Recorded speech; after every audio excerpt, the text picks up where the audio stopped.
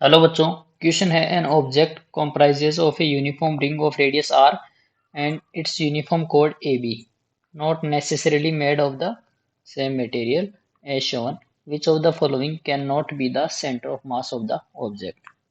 आइए बात करते हैं। ये अपने पास एक यूनिफॉर्म रिंग है, ठीक है, ये वाली, और ये जो है ये यूनिफॉर्म कोड है। अब जो यूनिफॉर्म रिंग है उसका सेंटर ऑफ मास कहाँ होगा? ऑब्वियसली सेंटर पे, क्योंकि मास यूनिफॉर्मली डिस्ट्रीब्यूट है रिंग पे, तो उसके ज्योमेट्रिकल सेंटर पे ही सेंटर ऑफ मास होगा। तो यहाँ पे इसका सेंटर ऑफ मास होगा। जो यूनिफॉर्म कोड है उसका कहाँ होगा? उसका भी ज्योमेट्रिकल सेंटर पे ही होगा, क्योंकि उस पे भी मास यूनिफॉर्मली डिस्ट्रीब्यूट है, तो यहाँ होगा। ओके, तो ये जो है ये मिड पॉइंट होगा, ये मिड पॉइंट होगा रोड का। अब आप देख सकते हो ये जो डिस्टेंस है ये आर है और ये भी आर है, ठीक है, रेडियस ऑफ द रिंग। अब अपन देख सकते हैं कि जो यूनिफॉर्म ये रिंग है, रिंग से रिंग में जो कोड रखी हुई है वो ओरिजिन से एक्स एक्सिस पे भी सेम डिस्टेंस रखती है और वाई एक्सिस पे भी सेम डिस्टेंस रखती है, ठीक है। तो इसका जो मिड पॉइंट होगा वो भी एक्स एक्सिस और वाई एक्सिस से सेम डिस्टेंस रखेगा, ठीक है, और वो होगा आर बाई टू पे, आर बाई टू, और ये भी कितना होगा? R by to.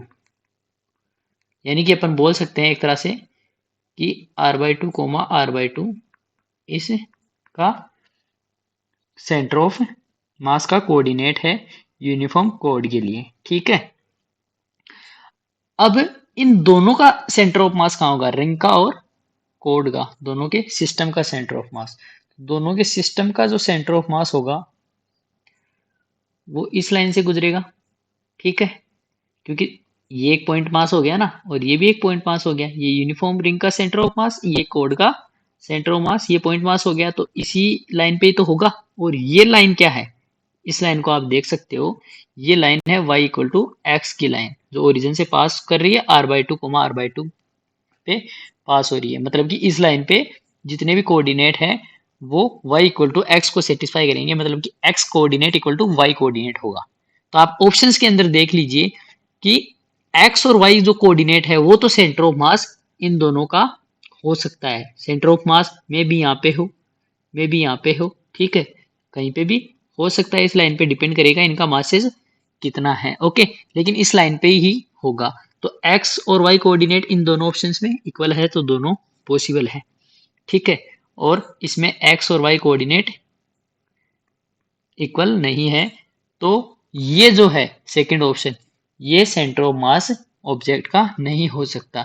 इसमें एक चीज और देख सकते हो आप, वाई एक्सिस इसमें आर बाई टू दे रखा है, तो आर बाई टू तो हो ही नहीं सकता ना, क्योंकि आर बाई टू से तो अंदर ही होगा वाई एक्सिस, ठीक है। तो second option is the correct option. I hope you understand well, thank you.